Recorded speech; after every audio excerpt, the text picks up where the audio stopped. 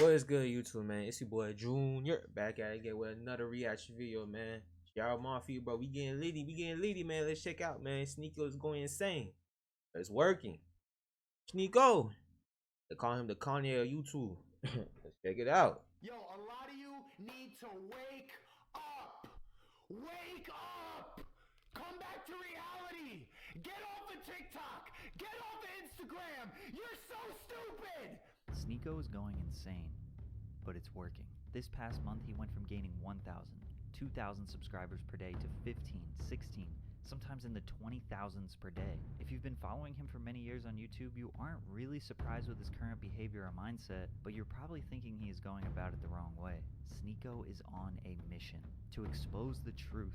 He wants to bring back masculine men, expose the realities of the Western world, make his followers take the red pill, and get rich with him. With his new $250 social media course and affiliate marketing program. Some people believe his disorderly conduct is all part of a controlled experiment. Well, today we're going to dive into the world of Sneako and find out if this chaos is calculated. Drink water. His new chaotic approach to social media is taking place on his second channel called Sneako. However, his YouTube history dates all the way back to 2013 on his main channel, where he was seemingly just an ordinary teenager playing Call of Duty. But actually, he wasn't ordinary at all. Instead of talking about the gameplay, he would discuss more ambitious topics like separating church and state. Alright, so the main issue we're going to talk about today, like we said, is separation of church and state. Gay marriage, and should the US intervene in Syria? The question at hand is, What the fuck? should the US intervene in Syria? At just 14 years old, he was not only interested in talking about serious topics, but his ability to rationalize, understand both sides of an argument, and then form his own opinion was very commendable. Fuck? What was I thinking about at 14 years old? The fuck? Damn, bro. I was not thinking about all that shit at 14, bro. I was just living life, bro. What the fuck? What the Hey. He also shared stories of his experiences with racism and profiling, since he is an Asian American, more specifically Filipino American. But it's not like he was super deep and serious all the time. After all, he still was a teenager from New York. His internet rant series became his first popular series that grew his subscriber base. This was essentially a 2 to 5 minute compilation of trending topics, viral videos, or internet phenomena that he would give his comedic opinion on. No shit, it's a YouTube channel. It's on YouTube. What else could this be? One of his fans was actually Mr. Beast. At number 2, I have Sneako, and if you've ever seen Sneako's videos, you realize that they're kind of addicting. Once you start watching them, it's kind of hard to stop. But whether it was serious or comedic, he was gaining subscribers not because of his great video game abilities or amazing editing, but because of his thoughts, his ideas, his mind. People are like, oh, you're not a feminist? Feminism is for equality for both genders, so why isn't it called humanism? I am the best at it, and I have to prove it. If I like something, I will prove to you I'm better. I will stop at nothing to keep doing it. It's simple motivation. What have you done? This isn't a rhetorical question. What have you done with your life? For some of you, you're proud of your answer, but for most, you're ashamed. This isn't an insult in any way. For once, I'm trying not to offend anyone. On November 28th, 2015, he uploaded this video titled, How People View You. Most people after watching this video realize that a 17-year-old kid has more self-awareness than them. Plus, something about his hair changing from being messy and overgrown to shaved was a cool artistic touch that kept you engaged. This video would eventually blow up, today sitting at over 6 million views, but it actually wouldn't go viral until 3 years later. You see, Sneako's crux was that he was terribly inconsistent. He uploaded just 9 videos in the next 2.5 years. He grinded for 2 years straight. Then when he had the most potential, he quit. Loosely putting out content, barely hanging on to the 20,000 subscribers he had, would probably benefit him. It was during this time where he gained real-life experience to help him be more thought-provoking, introspective, and understanding of the real world in his experience. That knowledge and experience was crucial to him upping his quality during his consistent return to the platform in 2018. He uploaded 10 videos in 2018 and the quality increased a lot. There was no consistent style. Sometimes it was an introspective oration or a funny reaction video. He even got an opportunity to work for Mr. Beast that summer. It didn't last very long. He was only featured in one video and was later fired. He quickly saw an opportunity to grow his 27,000 subscriber base and made a video titled Mr. Beast Exposed. He uploaded it, got 30 views, and then deleted it. But one of those 30 viewers was Mr. Beast. That video, even though it was deleted after a few minutes, damaged the relationship between Sneako and Mr. Beast forever. I didn't want to be the guy in Mr. Beast's videos. I wanted to be Mr. Beast. The reason he was fired was simply because he wasn't a good fit for the position, and over time Sneako realized that. At one point, he inspired Mr. Beast, but now Jimmy was getting millions of subscribers. Sneako's ego trumped his ability to understand that the reason why Mr. Beast had 4 million subs had nothing to do with the reason why Sneako only had 27,000 subs. In other words, everyone has their own path, their own trajectory, and unless you make the same exact content as someone else on YouTube, y'all are not competitors. On top of that, he just isn't the type of guy to work for someone else. He wants to be the boss, the CEO. After the passing of rapper XXXTentacion, he posted this video called Why I Still Listen to Artists Who Beat Women. This is where I came across Sneako. While watching, he accurately explained the hypocritical mindset of supporting artists who have done or are accused of terrible things. I was wildly impressed at his breakdown, and it felt like he was speaking my thoughts. He closed the video with a very powerful message. But don't go full fanboy and refuse to believe your favorite artists aren't angels. Don't blindly justify their shitty behavior and never worship celebrities. The best way to treat these people is like you would anyone else. Flawed humans with consistent questionable behavior. From here on out, the quality of his videos just kept going up. On September 13th, 2018, he hit the streets of New York City to ask people, Can white people say the N-word? Hell yeah. Hell no.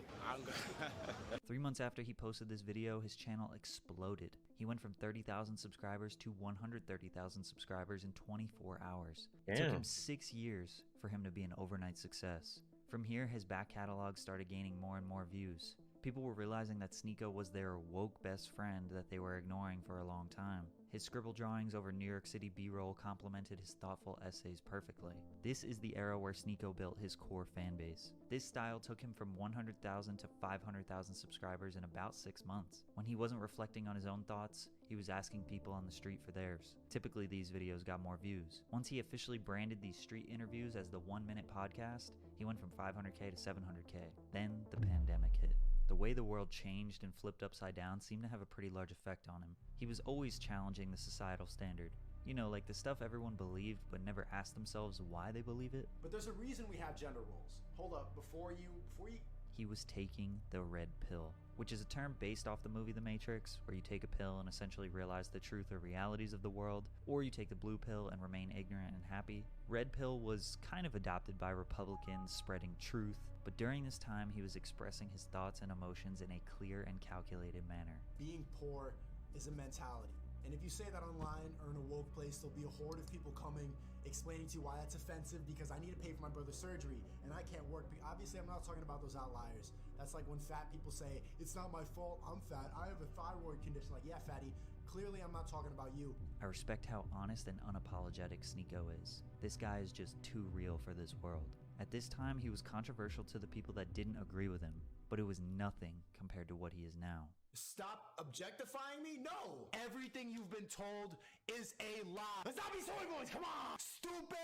Sneako and many others didn't like the way the world was handling the pandemic. During the George Floyd protest, he watched his city get burned and looted. He watched Portland build the autonomous zone and interviewed people who were protesting the police. So we should loot.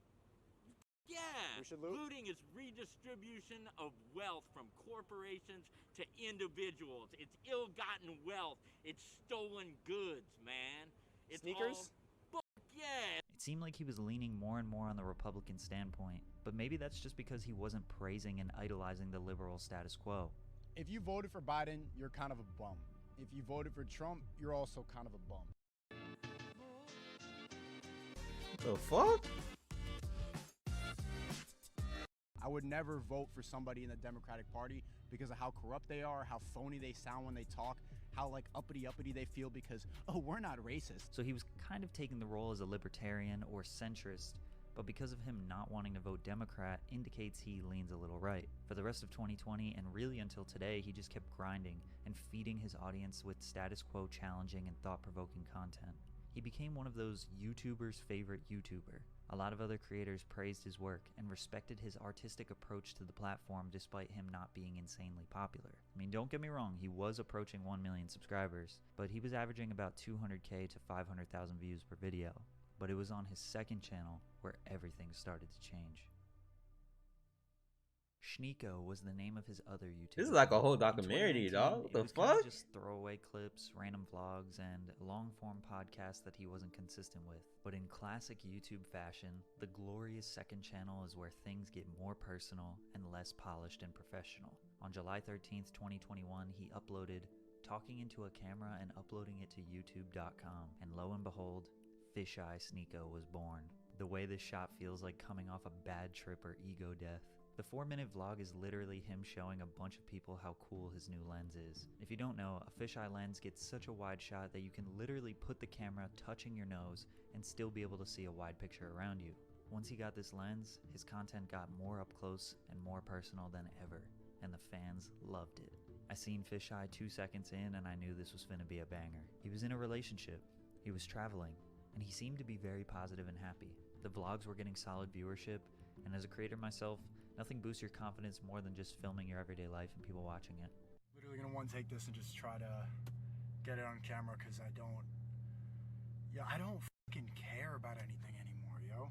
This mentality was very relatable to a lot of his audience, but it was about to change Sneako forever. He got into a beef with Hasanabi, who is a massive political Twitch streamer who represents leftist ideals. Funny thing about these two beefing is they both really like Bernie Sanders and probably would have voted for him.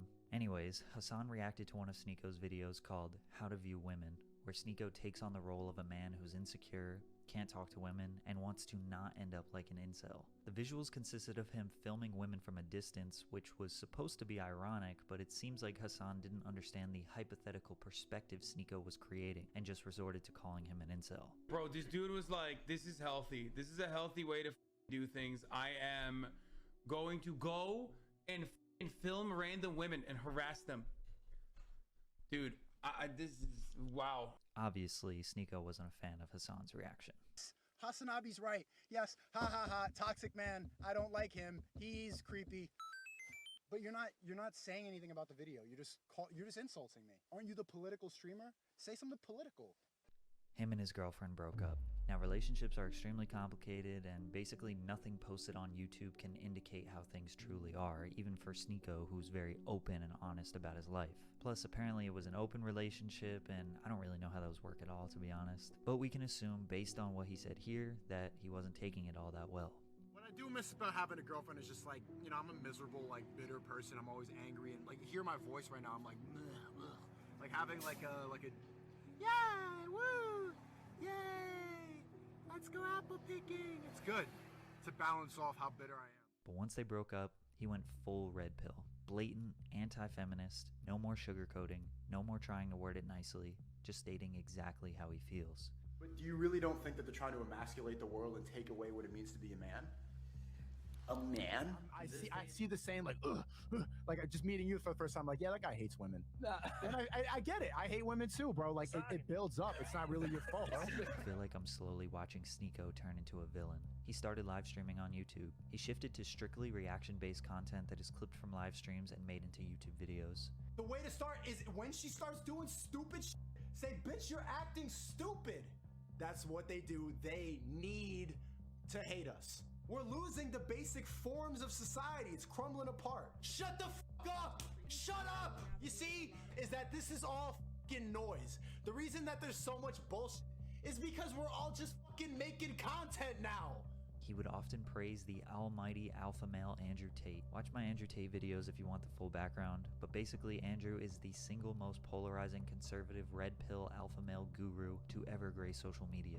There's two types of egos. You've got people who have egos who don't deserve it, and you have people who have egos who have earned it. You gotta earn your ego, or else you look like a fucking asshole. And that's what triggers a lot of people about Tate. And I felt the same way my whole life because I felt like I've earned it. I am the man. There's no one on this planet who can do shit I couldn't do if I put my mind to it. People would text me like, "Oh, so you just think like you just like Bro, have this money shit's deep, and bro. you think What you're so the fuck? good-looking and smart and fun, you think you're the man, right?" And I'm like, yeah, I do. Now that a lot of people are finding this, they're saying, "Why are you just copying Tate?" I've been saying the same since 2015. People started drawing comparisons, saying that Sneako is copying Tate. that he's obsessing over him. However, Sneako has been on this red pill woke journey for years now, and there are even some things he said back in 2015 that feel very similar to his current viewpoints. I am not a feminist, and for some reason that means I'm against gender equality. Whenever I tell people that I don't consider myself a feminist, I get the same response. Feminism is for equality of both genders. One, if that was true, it would be called humanism. It's already hypocritical in the title. Then he started beef with multiple other creators for seemingly no reason. The most ridiculous of them all can be summarized very quickly, even though it went on forever. Hamza, a well-liked self-improvement YouTuber who dedicates his platform to focusing on bettering your mind and body, Sneako reacts to one of his videos. I don't want to watch this, bro. Deadass, Hamza's a cool guy. I don't want to watch this. Bro, I think you're all a little gay for liking this. Damn. It's too self-helpy, bro. It's too self-helpy. Or a man who can be perceived as a threat. Then he proceeds to react to Hamza's video, making a cringing face, insinuating how boring it is, even though Sneako himself made basically the same exact video just 2 years earlier. My shit is I'm just trying to be better every single day, and that's consisted of me quitting weed. Quitting is like a loose term because I haven't regularly smoked weed in like a month and a week, so it's been like 5 weeks now. But I cheated maybe one time in Paris. I went to a music festival. Hamza made a video responding to Sneako where he was blindsided, thought him and Sneako were cool, and that he was disappointed. But in this beef, I found a clip that was very interesting. I'm not your role model. I'm not your friend. I don't know you. Don't try to be like me. This is entertainment. So just when you think it's going to spiral out of control, the self-aware Sneako pops up and basically hits us with the "I'm just joking." I started to think about other popular creators: Aiden Ross, iShowSpeed, Hasanabi, H3H3, Jadeon. The thing they all have in common is that they're almost always in controversy. Whether it's intentional or not, they always have people talking about them, doing commentary videos, trying to cancel them. Some are more controversial than others, and they all handle the drama differently. But all this does is just make them more popular. Sneako took note of this, so he ramped it up. The new generation is literally becoming like the R word. Pride, yeah, I'm a girl and I don't shave my armpits. Who preach this bullshit idea about tolerance, love, and acceptance will also say, die if you disagree with me. They laugh at us. Ha ha, give me your money, wallet. As you can imagine, TikTok was always a big vehicle for promoting his YouTube videos. The content he makes is perfect viral TikTok material. He started posting his stream clips on TikTok, as well as instructing his audience to clip his reactions and post them on TikTok. They started going viral. The Sneako hashtag has over 1 billion views. Most of the videos that went viral were him reacting to the creator called It's Complicated, who interviews people, mostly women, on the street asking questions about gender roles. Sneako would try and predict the answers of the women or react to their answers. Who is better at self-improvement, men or women? Men, but they're all gonna say women. Women. Self-improvement, definitely women. Okay, rate yourself on a scale of 1 to 10. I'm a 10, I'm a 10, I'm a 10. Let's see, like, they literally are about to be hypocrites in the first sentence. I love going to dance with my girls. Right, but what I'm saying is if women didn't like being approached by men, why wouldn't they just go to gay clubs? Because you like attention. How did nightclubs get away with charging men a higher admission fee than women? Isn't that sexist? Yep, something they never talk about. Girls free, after girls free. Guys, they show up to play, well, what? I gotta pay $50 and I gotta pay for her? It didn't matter if it was him uploading to his personal account or other people clipping videos and posting them on their accounts. His name and his message was reaching billions, but not everyone was loving it. Most people say he's mad or bitter, but a lot of people claim his message has been the same over the years. Now he just says it louder and faster. Despite the controversy, his second channel on YouTube is exploding. On July 15th, he had 156,000 subscribers. 2 weeks later, he has 439,000 subscribers. With a very simple and effective upload strategy: live stream for a few hours, and clip each reaction video as a singular upload. He has a 10 to 30 minute video uploaded to his page about 5 times per day. The channel is generating about 1 million views daily. At this rate, he will surpass his main channel in views and subscribers in roughly 3 months. And with all this newfound success, he decided to launch his own social media course. $245 for him to teach you everything he knows about making money on social media. Looking for bro, this shit is deep, bro. What the fuck, bro? Like, what am I watching? If you can't afford it, you can become an affiliate. People sign up through your link, you get a small percentage of the sign-up fee. Just because you know me, you think you know me because you see see me talk, you calling it a scam because I can make money off of this. That's not a scam, that's business. Stupid. Value for money. Grow the fuck up. Do you realize how many hustlers are watching this right now, ready to go and get it? How many people are seeing this opportunity and clipping up a TikTok right now, laughing at your dumb ass? They get $50 for everybody who signs up. The affiliate program is just really good. That's how you grow a business. Multi-level marketing scheme. You just heard another YouTuber, a soy boy, say that, and you're echoing it online. Fucking idiot. Multi-level. You don't even know what that means. Genuinely. You could I quit. I go in the subway one time. I'm never streaming again. Yo, it's not. You should see the other guy. You take this internet shit too far, bro. You're gonna get back though. When people saw this, they thought Sneako barked up the wrong tree. He finally ran into someone that would stand up to his behavior. People were celebrating in the comments, glad to see him beat up, bruised and bloody. Others suspected it was fake. Why mention quitting streaming? Why say, you should see the other guy? Just seemed like two random things that goes against his brand. But this was his most viral tweet ever. But it was all fake.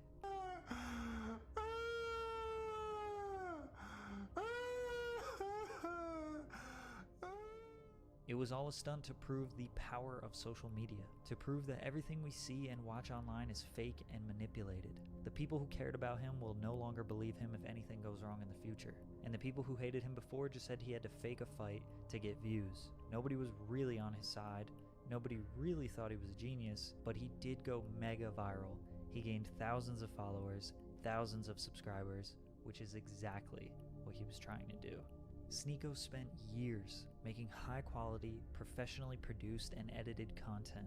It was objective, it was sincere, and thought-provoking.